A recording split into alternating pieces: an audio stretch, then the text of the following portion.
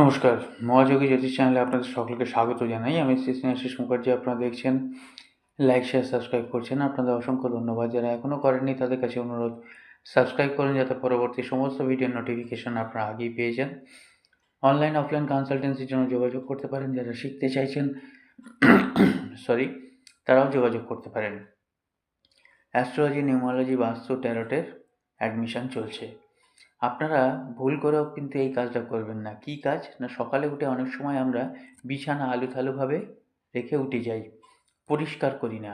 আপনারা কিন্তু সমস্ত কিছু পরিষ্কার করে খাট বিছানা ঝেড়ে তারপরে বিছানা ছাড়বেন এবং রাত্রিবেলা শোয়ার আগে আরেকবার ঝেড়ে নেবেন।